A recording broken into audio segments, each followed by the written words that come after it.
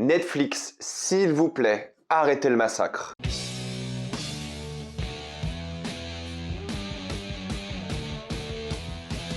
The Witcher, l'héritage du sang. Comme d'habitude, jusqu'à la minute indiquée dans le titre de la vidéo, il n'y aura pas de spoilers, jusqu'à être tranquille, après on va tout spoiler. The Witcher, l'héritage du sang est une histoire qui se déroule 1200 ans avant les événements de la série The Witcher. Elle raconte l'histoire d'un groupe de 7 guerriers qui va devoir s'attaquer à un empire. Oh là là là là là là, comment je suis dépité, c'est un truc de fou. C'est un mauvais rêve, franchement, je n'y crois plus du tout, quoi. Pour moi, là, ils viennent encore une fois, Netflix, de massacrer la licence, et on va en parler plus en détail dans une autre vidéo où je ferai un point sur tout ce qui se passe par rapport à Netflix et The Witcher, parce que là c'est plus possible. Mais bon, parlons de la série, du coup ça se déroule 1200 ans avant les événements de la série avec Geralt évidemment, et c'est censé raconter un peu l'histoire de la conjonction des sphères et plein d'autres petits éléments que je spoilerai pas tout de suite. Mais tout de même, la série commence avec un événement qui se déroule en plein milieu de la série The Witcher, un événement avec Jaskier qui va lui être présent pour normalement narrer l'histoire de cette série plus tard dans la série The Witcher. En gros, c'est quelqu'un qui le guide et qui raconte l'histoire de l'héritage du sang. C'est pas lui qui raconte l'histoire, c'est quelqu'un d'autre. Et la scène d'intro avec Jaskier est plutôt pas mal foutue et tu vois qu'elle a été faite après. Pourquoi est-ce que je dis ça? C'est que Jaskier dans cette scène-là est beaucoup plus gros que dans une autre scène de la série. On le voit à 2 moments dans la série et je vous jure, le poids est complètement différent. Je sais pas ce qui s'est passé, mais ça se voit que c'est des reshoots parce que Jaskier a pris du poids, ou alors entre-temps il a perdu du poids, j'en sais rien, peu importe, mais ça m'a un peu déconcentré et ça se voit que c'est des reshoots. Ça se voit que ces scènes-là ont été rajoutées. Et contrairement à la série de base, c'est une série qui n'est pas réellement adaptée des bouquins, vu que les bouquins ne parlent que très peu de cet événement de la conjonction des sphères. Donc on est clairement dans la fanfiction sur l'univers de The Witcher, et cela en 4 épisodes. Vous avez bien entendu, il y a 4 épisodes, chacun de moins d'1 heure. Vous en avez pour aller à tout casser 3h30 pour regarder l'intégralité de la série. Pour visuellement parler de la série, c'est affreux. Il y a un look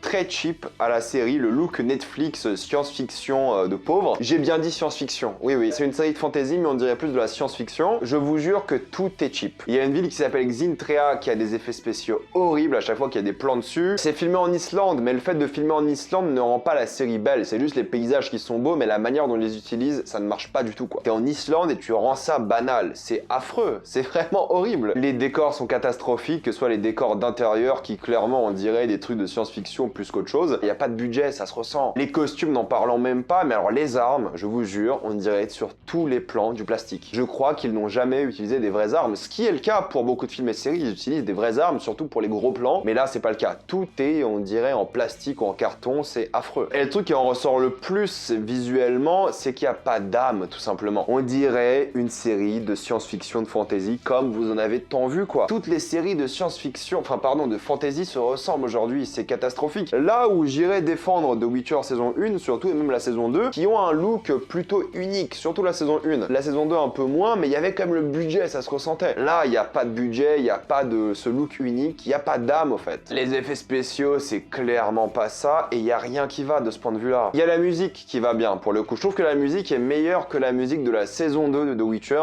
Elle est plus inspirée, il y a plus d'originalité, mais bon, c'est pas la chose la plus mémorable. Et de toute façon, la musique, elle marche bien quand il y a des personnages qui marchent bien, quand l'histoire marche bien. Là, ça marche pas. Et le pire dans tout ça, c'est la direction artistique. C'est pas normal que ça ressemble à une série de science-fiction de une. Et surtout, moi, il y a un truc qui m'énerve, c'est les fameuses créatures. Je comprends pas pourquoi ils ont un univers qui est juste tellement inspiré de la mythologie européenne, avec plein de créatures de la mythologie européenne, et dans la série même The Witcher, et dans cette série-là, ils ramènent des créatures qui ressemblent à rien du tout, quoi. Des créatures, on dirait, qui sortent de Bloodborne. Mais qu'est-ce que ça fout là, quoi? Je ne comprends pas. Je ne vois pas la logique. Ils auraient pu foutre des griffons ou des trucs comme ça, mais non, eux, ils foutent des créatures qui semblent à rien, qui sont dégueulasses. Je ne comprends pas, quoi. Ils ont tout un bestiaire qui est colossal, et ils font n'importe quoi avec. Je vous jure, je ne comprends pas. Malheureusement, les acteurs, ils ont aucun charisme. Alors là, c'est vraiment catastrophique, hein. Chaque réplique, en plus le dialogue qui est horrible, chaque réplique, t'as envie de te foutre en l'air. Il y a aucune alchimie entre les personnages, alors qu'ils sont censés tomber amoureux, c'est censé être une équipe, ils sont censés être potes, ils sont censés développer quelque chose. Mais le problème, c'est qu'ils ont 4 épisodes, 3 heures pour développer 7 personnages. Au final, ils en développent que 2, allez, peut-être un 3e grand max. Et encore, c'est tellement expédié, tellement rapide, les motivations, on te l'explique en une phrase. L'alchimie, par exemple, des personnages qui tombent amoureux, c'est fait en 2 phrases. Ils ont rien vécu pour tomber amoureux, quoi. Ça va tellement vite à chaque fois, c'est n'importe quoi. Tout va trop vite, tout est trop facile, il y a trop de facilité scénaristique, il y a trop de choses qui sont ridicules, il y a trop de choses qui sont nanardesques en fait. Tu dis mais putain mais qu'est-ce que je regarde? Ils se battent tout le temps sans raison. En fait c'est une série d'action et il fallait trouver des excuses pour foutre de l'action tout le temps quoi. C'est un peu comme la saison 2 de The Witcher, ils devaient mettre de l'action tout le temps. Du coup ils ont créé des bestioles, ils ont créé des créatures qui sont pas adaptées des livres. Mais à la limite peu importe si c'est bien fait, mais c'était pas toujours bien fait. Et là pareil, ils doivent toujours se battre, trouver une excuse pour se battre. Ils doivent toujours avoir des scènes d'action qui sont pas très bien filmées parce que c'est le problème aussi. Il y a pas vraiment d'idée de mise en scène, il y a quelques plans plutôt jolis mais sans plus. C'est surtout grâce à l'Islande plus qu'autre chose. L'idée du travail en équipe est pas du tout développée et ils ont pas le temps quoi. Il y a 4 épisodes et ils ont voulu foutre plein de scènes d'action. Moi j'aurais accepté qu'ils créent des relations entre personnages, qu'ils les développent vraiment bien et qu'il y ait une scène d'action au début et à la fin. En 3h30 ça va. Mais non, là il y avait forcément des scènes d'action à chaque épisode, sinon t'as l'impression que les spectateurs vont s'endormir. Ça prend pour un con, c'est ça aussi le problème. Ils t'introduisent plein de factions, plein de clans qui n'auront aucune importance, plein de personnages qui n'auront aucune importance et tu t'attaches pas du tout à ces personnages là quoi, ça ne marche pas. C'est la fanfiction sur toutes les thématiques que je vais évoquer plutôt en spoiler après quand même. C'est nanardesque visuellement, dans les dialogues, dans les personnages, dans le scénario, dans l'écriture, dans l'histoire, la fin est catastrophique. Il n'y a pas d'enjeu et il y a ce problème qui est insupportable, c'est qu'ils se sentent obligés de tout expliquer. Ils veulent expliquer plein d'événements de The Witcher qui n'ont pas besoin d'être expliqués, bordel. Il y a des trucs qui n'ont pas besoin d'origin story, je suis désolé. Et là, ça en fait partie, en fait, cette histoire ne sert à rien. Cette histoire n'a aucune importance, c'est ça le problème. Il y avait une meilleure histoire à raconter qu'ils n'ont pas raconté ici. Tout ça pour vouloir faire d'autres spin-offs par la suite. Il y a une thématique qui revient quand même beaucoup, c'est la thématique du pouvoir de l'histoire. C'est-à-dire que la narration, le fait de raconter des histoires, peut créer de l'unisson à travers un peuple et peuvent lier ce peuple. Sauf que le problème, c'est que ce peuple-là, c'est 12 figurants. Donc quand quelqu'un chante ou raconte une histoire, bah c'est 12 figurants qui entendent l'histoire et c'est censé te convaincre que c'est tout un empire. À un moment, t'as toute une armée qui va attaquer des gens et ils sont 20 quoi, stop. Quand t'as pas le budget, tu racontes une histoire beaucoup plus courte et c'est tellement long alors qu'il y a que 4 épisodes et tu te fais royalement chier durant ces 4 épisodes. Puis je vous jure, le climax, il tourne entre 5 groupes de personnages que tu vois toutes les 45 secondes. Le montage est tellement charcuté à la fin que si tu prenais chaque séquence et tu la remontais, genre le climax de chaque personnage doit durer 1 minute 30. Chaque gros combat à la fin de chaque personnage, chaque objectif de chaque personnage dure à tout casser 1 minute 30. Et là, vu que t'as 5 groupes, c'est allé sur 15 minutes, c'est horrible. Pour conclure, Blood Origin, l'héritage du sang, c'est catastrophique. Hein. C'est vraiment l'une des pires séries de l'année. Il y a rien à sauver pour le coup, c'est vraiment immonde. Il massacre l'univers de The Witcher, mais sans scrupule. C'est du foutage de gueule, quoi. C'est absolument honteux, c'est ridicule. Il y a rien qui va, honnêtement, je ne peux pas vous la conseiller, c'est catastrophique, même pas un peu d'émotion, c'est ridicule. J'ai même plus envie d'en parler, mais on va quand même rapidement passer en spoiler.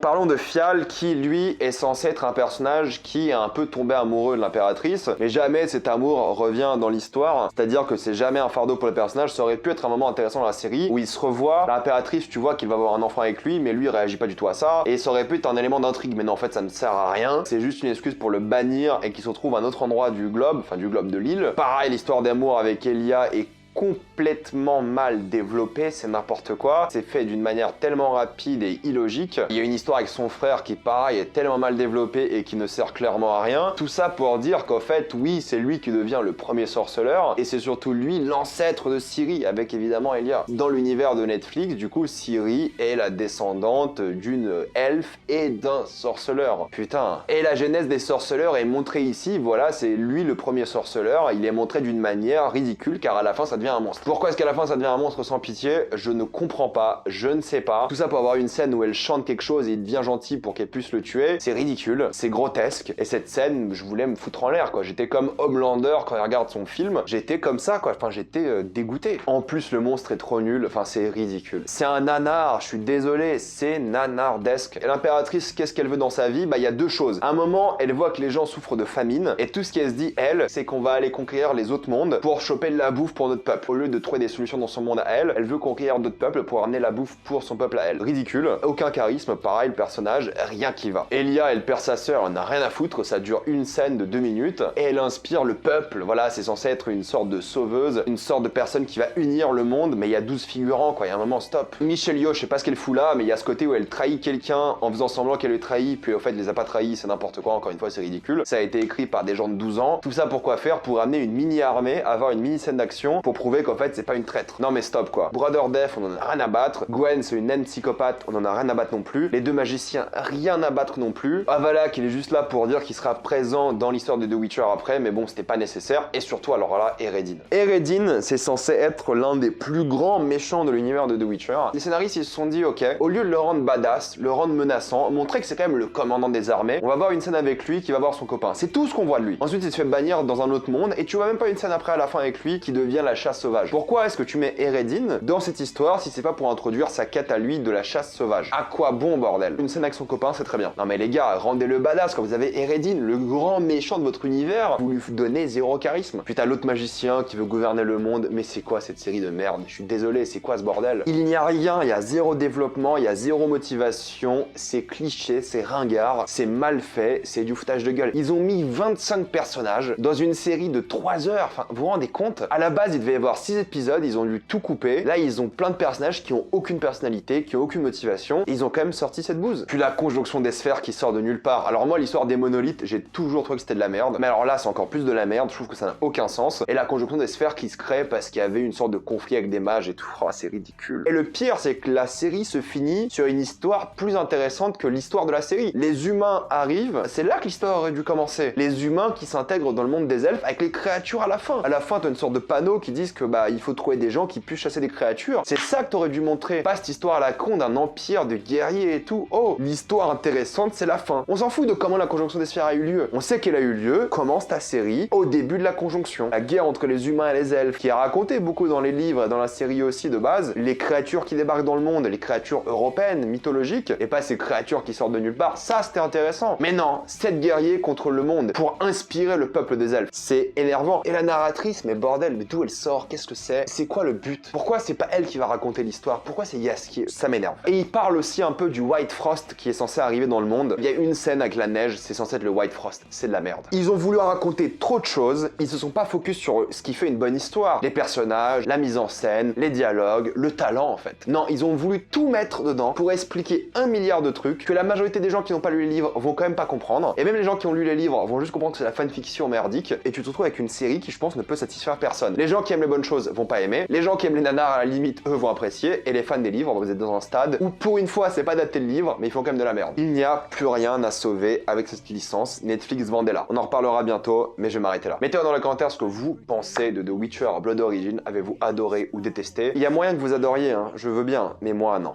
Non, non, non, non. Tout ça dans les commentaires. Comme d'habitude, pensez à vous abonner à la chaîne pour plus de vidéos. Mettez un j'aime, ça aide beaucoup la chaîne. Suivez-moi sur tous mes réseaux. Et moi, je vous dis à la prochaine fois. Salut à tous.